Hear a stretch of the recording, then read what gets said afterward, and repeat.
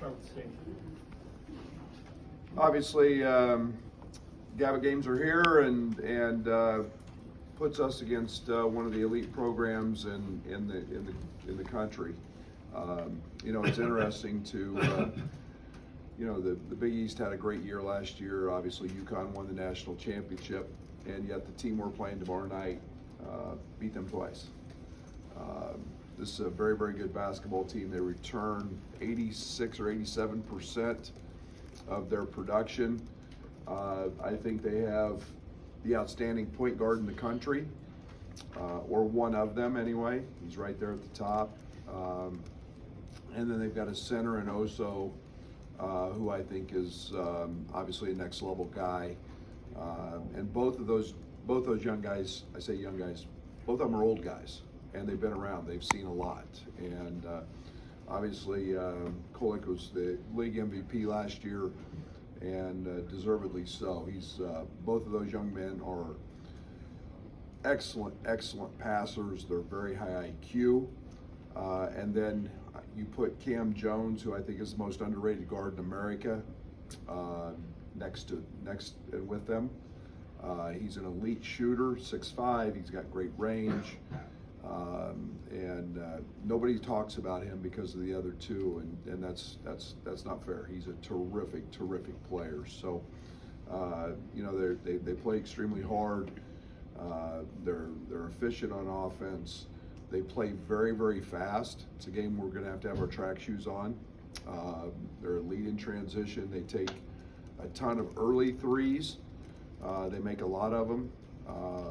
And if you give them easy baskets in transition, it can be a long night. They can score 100 very easily, the way they get going sometimes. So transition D's got to be an important piece. We've got to run great offense, and then we've got to continue to guard. I was really pleased after the Oakland game, very pleased with what we did defensively. We can't rest on that. I think we had 11 straight possessions without them scoring, especially from the 8-minute mark on. Very good. It was a very low possession game. I think we had 61 or 62 possessions. A lot of credit goes to Oakland in that area, but it was also a game that I thought we got the shots we wanted. We had a tough night shooting it. We won't do that most nights, and we were 1.3 OER in the second half, and finally shook loose there and made some threes. So great challenge tomorrow night. Excited. November, have a top 5 opponent in our house, and it'll be a great opportunity for our program. Brad, with this being the end of GABA games, do you expect these types of non-conference matchups in the future just to be on the schools themselves to get them together?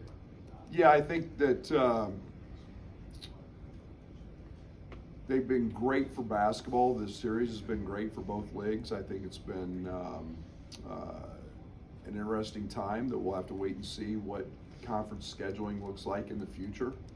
You could see an expansion of more conference games. I don't know yet, but I think it's been very beneficial for us just in my time here. And I always go back to the year Nebraska, I think, was a double bye and didn't get into the tournament. We jumped to 20 games. We're playing these 2 games, with the Gavitt and what was the ACC. So we had really quality non-league opponents, and now we go to 20 games and we're getting 7, 8, 9, 10 teams in. So playing opponents like this is extremely beneficial. We're going to continue to do that. We always like to play great competition anyway, but I think teams will have to continue to search for quality opponents, and it's been great because they're home and home. We get to take care of our fans. Coach, over these first 2 games, what'd you learn about which lineups gel more than others? It's been different every game. It really has. It's been, the one thing I've been really proud of is, going back to the Kansas exhibition, it was the last 5 minutes of that game, the last 8 minutes of this game. We just kind of found a group, and for different reasons. Offensively, it was really good in the Kansas game, and Defensively, it was great in the Oakland game. So, it's kind of a by feel. I like where we're at. I like the depth we're developing, and we're still a little unsettled in roles. But guys got to keep practicing hard, and we're doing that. Guys got to keep pushing each other. We're doing that. I love where Justin Harmon had a great day today, and Luke Goody's shooting the cover off of it, and Dane Deja's strung together two of his best practices of the year. So, I like what that gives us, and I'm excited about that. Your team talked about defense as an identity after the last game. With this challenge against Marquette and their offense, how much is that going to teach you about your defense and establishing that identity?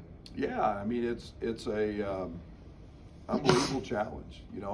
As I thought it was really going into the to the Oakland game. There's a team that took 36 threes in their game before, and you've got to limit those. We didn't want to get beat at the 3-point line. This is a team that has elite passing. They're an elite cutting team. So I think you can't relax away from the ball, and I think those are two of the important things that we talk about fundamentally. And then again, it's you're only as strong as your weakest link, and no matter who's in the game, a team like Marquette, because of their ability to pass, will pick on your weak link, and we've got to make sure that we've got whoever's in the game is dialed in, and if you're not, they'll exploit you. You were really happy with Terrence's defense against Oakland, but when one of your top guys is kind of committed to that side of the ball like that, what kind of trickle down effect does that have on the other four guys? Yeah, it's a big reason that we're as good as we are is the job Terrence does defensively. His commitment level on that end is extremely high. He's pushing it every single day. The other guys in practice, he and Justin get going at each other, and they make each other better. That becomes very, very contagious. And Terrence has become much more vocal. It reminds me a lot of the year we had Andres and Io and Trent, and they just went at each other every single day in practice and got very competitive, and the juices get flowing, and that becomes what we want. That becomes the everyday guys mentality. Is there a difference maybe prepping for Marquette? Because there's a few changes in the last couple years, but this is roughly the same team that Shaq has had.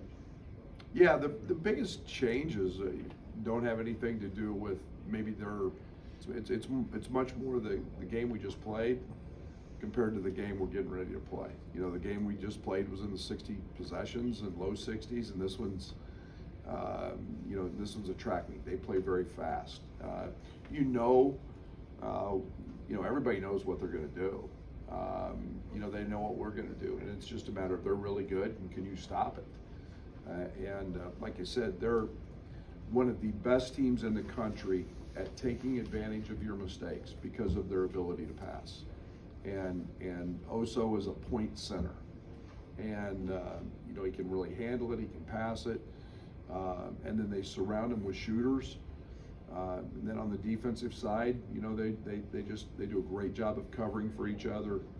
They're well connected on that end of the court, and make things hard for you. So yeah, it's a fun group to watch play because you see how connected they are, and obviously having 87% of your scoring back allows for that.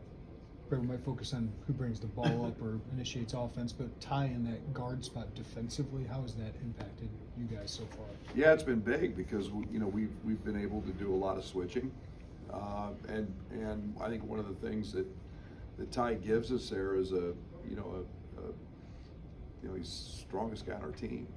At the point guard spot, the guy is physically very, very strong. He doesn't get rolled up. He's a very good rebounder.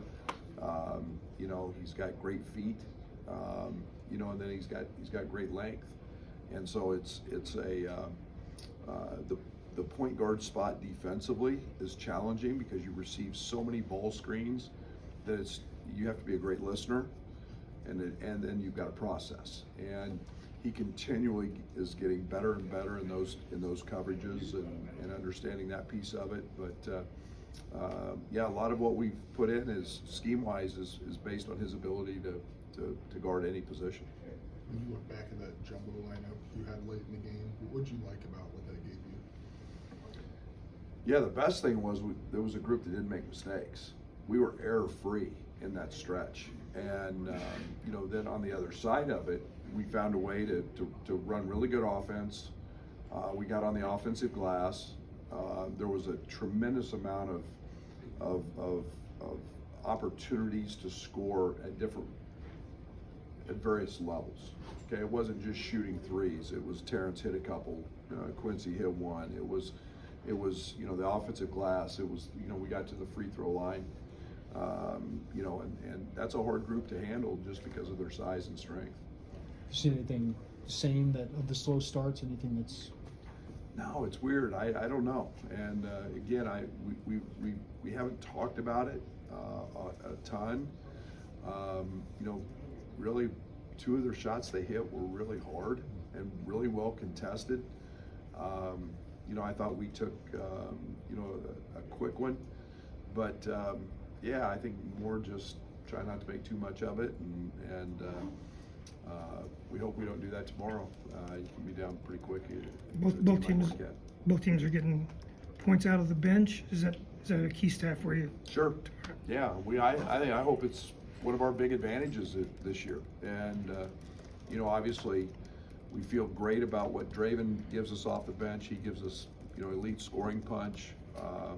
He's a guy that can really get going offensively, and I have tremendous confidence in him on both ends of the court. You know, I think that, you know, Justin's a guy that can give us some points and give us some feel, and obviously Dane gives us a different look than Coleman in terms of post presence. So very excited about what that group's starting to give us. And Luke Goody, obviously an elite perimeter shooter, you know, helps stretch out floor. You've talked for months about how Marcus just does not get sped up in a game like this with what Shaka wants to do. How key is that going to be? It's important. You know, you've got to handle the initial thrust of them, whether it's in the press, whether it's in their, you know, their half court. They'll mix up, you know, play a little bit of zone. They'll play man. They'll play at the level in their ball screen coverages. Sometimes they'll switch. You know, it's you see a hodgepodge of different things, and they're very connected. And then, you know, Kolick has the ability to kind of roam around and float on the defensive side. But you've got to be poised. It's a ball tough game. You know, they're handsy. Mitchell's an elite defender, got great hands. So you've got to be ball tough, strong, and you know, be patient enough to understand there might be some possessions under 10 seconds when you have to keep moving the ball and executing offense. Brad, is there a balance? I know offensive rebound, you said you wanted more after Eastern versus what they can do in transition. How do you approach that? Yeah, the best transition D is offensive rebound. Make him get it out of the net. Go. I think one of the things that we've really struggled with is just finding I say struggle, it's too big is we've just laid on backs.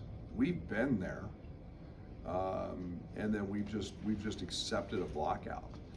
And you know, my good offensive rebounding teams don't accept a block out, but you know, we haven't been hurt.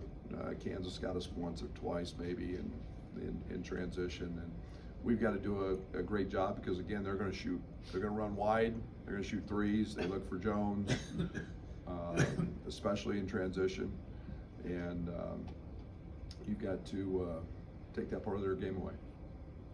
I mean, with kind of being a different, maybe closing group in those first two games, I mean, at some point, do you maybe want things to be settled, or are you okay this I want to win.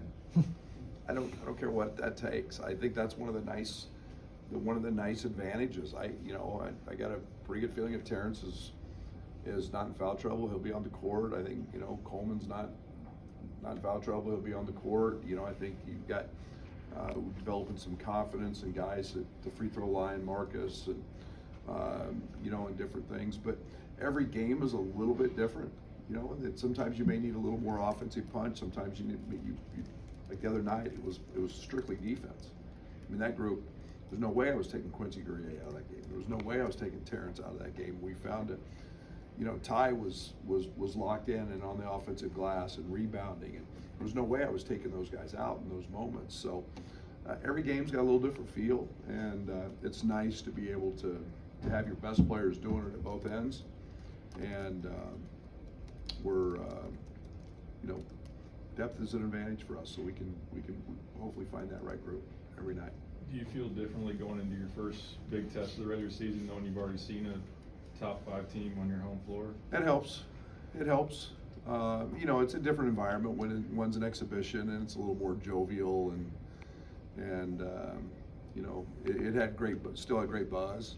But you know, this one counts in the win-loss column. It's a little different from the fact that, you know, even though Kansas had 4 or 5 guys back, still a big part of their team was a new player or 2.